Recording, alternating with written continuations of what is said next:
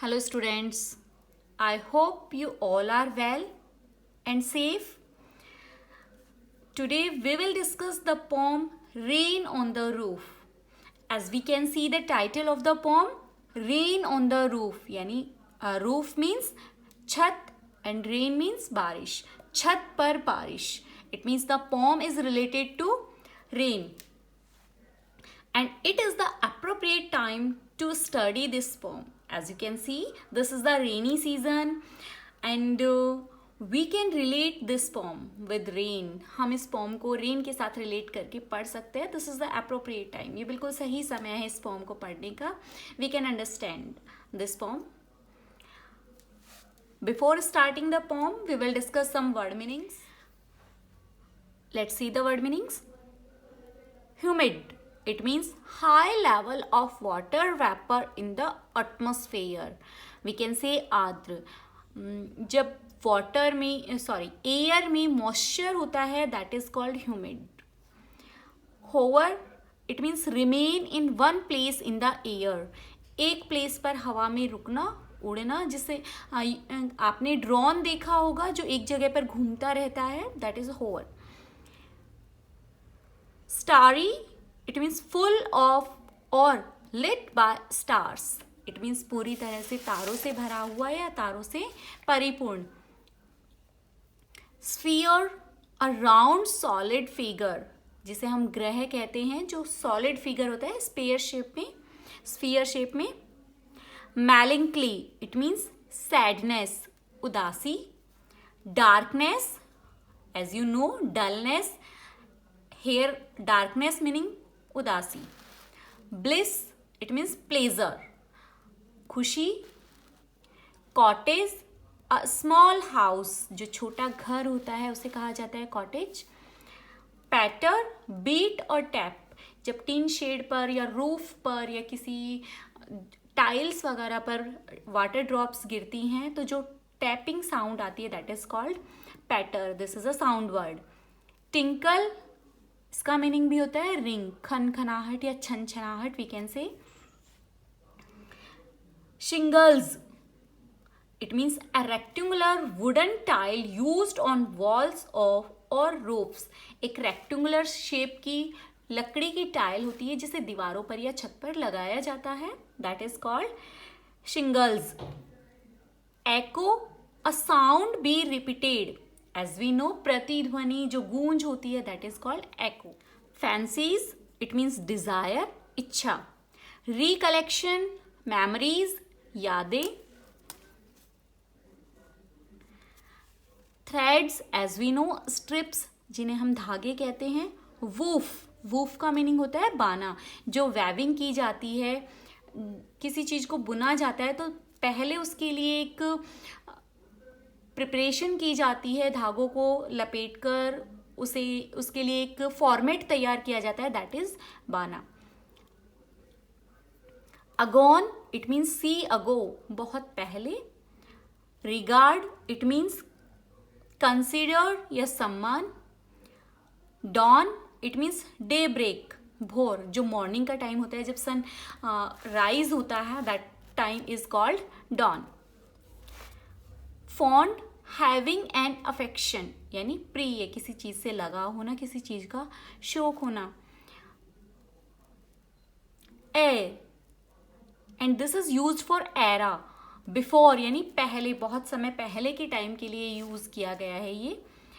Refrain, it means desist. Desist का meaning होता है बचना. Now let's see the pome. Rain on the roof, it means छत पर बारिश. This poem is written by Quietus Kinney, and in this poem the poet is describing the rain. When the sky is covered with dark clouds and it starts raining. जब जो आसमान है वो बादलों से घिरा हुआ होता है, गहरे काले बादलों से घिरा हुआ होता है और बारिश शुरू हो जाती है. Have you ever listened to the patter of soft rain on the roof? तब क्या आपने जो छत पर बूंदें गिरती हैं, बारिश की जो ड्रॉपलेट्स गिरती हैं, उनकी जो सॉफ्ट साउंड होती है वो सुनी है? What thoughts flashed through your mind as you heard this melody of nature. जब आप इस प्रकृति की मेलोडी ऑफ नेचर मीन्स प्रकृति की इस मधुर आवाज को सुनते हैं, तब आपके दिमाग में कौन से विचार आते हैं, फ्लैश होते हैं. Read the poem to find out what the poet dreamed of while listening to the rain. कि पोम पढ़िए और देखिए कि जो पोएट है, जब वो बारिश की बूंदों की आवाज़ सुनता है, उनकी टैपिंग साउंड सुनता है, पैटर साउंड सुनता है, तब उसे कैसे सपने आते हैं, तब वो क्या सोचता है उसके बारे में, बारिश के बारे में, वो क्या इमेज करता है, क्या कल्पनाएं करता है. When the humid shadows hover over all the starry spheres and the melancholy darkness gently weeps in rainy tears. What a bliss to press the pillow of a cottage chamber bed and lie listening to the patter of the soft rain overhead. This is the first stanza of the poem. When the humid shadows hover, जब जो काले बादल हैं, जो humid, जिनके अंदर water vapours होते हैं, बहुत सारा मॉइस्चर होता है, वो जो ह्यूज क्लाउड्स होते हैं, वो हमारे ऊपर आसमान में घूमते हैं. And the melancholy darkness gently weeps in rainy tears. और तब वो जो उदासी भरा अंधेरा होता है, वो बारिश के रूप में रोता है. It means here the poet want to say that जो रेन होती है वो उस अंधेरे के दुख भरे आंसू होते हैं. What a bliss to press the pillow of a cottage chamber bed. Chamber bed means bedroom. एक कॉटेज के, एक घर के बेडरूम के अंदर सोते हुए, and lie listening to the patter, और उस पैटर साउंड को सोते हुए सुनना, of the soft rain overhead, जो बारिश हमारे ऊपर गिर रही है. इट मीन्स जो छत के ऊपर बारिश गिर रही है, उसकी जो पैटर साउंड हो रही है, उसकी जो टिप टैप की छनछनाहट की आवाज़ हो रही है, उसे अपने बेडरूम में सोते हुए सुनना और अपने पिलो को प्रेस करना, यानी पिलो को दबाना. ये कितना ब्लिस का मीनिंग होता है, खुश होना, हैप्पी होना, कितना खुशी भरा होता है. Now second stanza. Every tinkle on the shingles has an echo in the heart. Here tinkle is also a tapping sound. ये भी एक साउंड वर्ड है. जो as I told you, shingles का मीनिंग होता है जो वुडन टाइल्स होती है, जो छत पर या दीवारों पर लगी होती हैं. जब उन पर बारिश की बूंदें गिरती हैं और उनकी टिंकलिंग आवाज़ होती है, तो वो हमारे हार्ट में एक गूंज पैदा करती है, हमारे दिल में, हमारे हृदय में एक गूंज पैदा करती है. And 1,000 dreamy fancies into busy being start. और हमारे जो हार्ट है, हमारा जो दिल है, हमारा जो माइंड है, उसमें हजारों जो सपने हैं वो बहुत ही बिजी हो जाते हैं बनने में. मीन्स हमारा जो माइंड है वो बहुत सारे सपने बनाने में इतना बिजी हो जाता है. Weave their air threads into woof. Weave का मीनिंग होता है बुनना. द एयर थ्रेड्स, हवा के जो धागे हैं उनसे वो अपना बाना बुनने लगते हैं. इट मीन्स जो हमारे ड्रीम्स हैं वो बुने जाने लगते हैं. जब जो पोएट है वो टैपिंग साउंड सुनता है, टिंकल साउंड सुनता है बारिश की, आफ्टर दैट वो बहुत सारे सपने देखने लगता है, बहुत सारे. और उसके जो सपनों का बाना होता है वो किससे बना होता है, एयर से बना होता है. As I listen to the patter of the rain upon the roof. जब मैं बारिश की जो बूंदें हैं, बारिश की जो आवाज़ है वो छत के ऊपर सुनता हूँ, तब मैं अपने हजारों सपने बुनने लगता हूँ. पता नहीं कौन कौन सी इमेज करने लगता है, वो क्या क्या सोचने लगता है. Now in memory comes my mother और अब उसकी मेमोरी में, उसकी यादों में कौन आ जाती है? उसकी मदर आ जाती है। उसे अपनी माँ की याद आ जाती है उस बारिश को सुनते हुए, उस बारिश की टैपिंग साउंड को, पैटर साउंड को सुनते हुए उसे अपनी माँ की याद आती है। As she used in years agone, जैसा कि वो सालों पहले करती थी। To regard the darling dreamers ere she left them till the dawn, वो सुबह तक, जब तक डॉन होता था, मीन्स सनराइज होता था, तब तक वो बिल्कुल डार्लिंग ड्रीमर्स की तरह हमें सुनहरे सपने देती थी, हमें बारिश के अंदर सुंदर कहानियाँ सुनाती थी जिनसे हमें सपने आते थे। हम बहुत सारे सपनों में चले जाते थे और इमेज करने लगते थे कि शायद रियल में ऐसा होता होगा जैसा हमारी माँ कहानियों में सुनाती है। Oh I feel her fond look on me, oh, यहाँ उसे बहुत ही शौक लग रहा है, वो बहुत ही दुखी हो रहा है कि वो हमेशा अपनी जो नज़र है, प्यार भरी जो नज़र है, वो मेरे ऊपर रखती हैं। As I list to his refrain which is played upon the shingles by the patter of the rain. Shingles, as I told you, wooden tiles. जब वुडन टाइल्स पर बारिश की जो पैटर साउंड मुझे सुनाई देती है तो मुझे ऐसा लगता है कि जो मेरी मदर है वो आज भी मुझे बहुत ही स्नेह भरी दृष्टि से, बहुत ही प्यार से मेरे ऊपर नज़र रखे हुए है, मुझे देख रही है। And this poem is written by Curtis Kinney. Now let's see the rhyme scheme of the pome.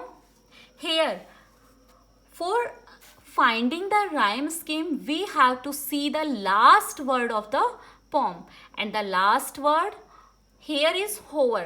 We will put here A. Spheres B. Darkness C. These are not similar, so we will put here a different letter. Tears. Here the spheres and tears, these sounds are similar, these sounds are rhyming, so again we put here B. Pillow, this is different from others. Bed. E. Patter, this is again different. F. And overhead, head and bed, these are similar sounds, so we put here E. So the rhyme scheme of the first stanza is A, B, C, B, D, E, F and E. A, B, C, B, D, E, F and E. Here are some other literary devices also used in the poem. First is alliteration. Alliteration meaning होता है repetition of sounds, repetition of same letters or sounds. As we can see here in the first stanza, first line, humid and hover, the ha sound is repeated here.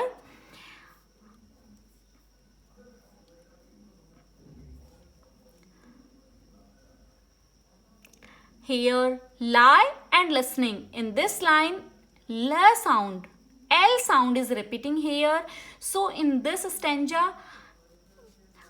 alliteration is used. In second stanza, we can say also used alliteration. For example, busy being. Here the B sound is repeated. Rain and roof. Some other literary devices is used in the poem is onomatopoeia. Onomatopoeia meaning the sound words. Where we use sound words, that is called onomatopoeia. Here the patter is sound word. In second stanza, tinkle and patter both are sound words. In third stanza, again patter is a sound word. So this is the literary device and this is onomatopoeia. This is called onomatopoeia. And personification is also used in this poem. For example, darkness. Here it is not possible. we know that personification meaning when a thing or idea is represented as a person. जब किसी thing या person को thing और idea को as a person show किया जाता है, non living things को लिविंग बताया जाता है. Like it is not possible that darkness, जो अंधेरा होता है, वो आंसू निकाले या वो रोए, but here darkness gently weeps in rainy tears. की जो अंधेरा है वो बहुत ही जेंटली रेन के रूप में अपने आंसू को बहाता है, मीन्स रोता है वो बारिश के रूप में.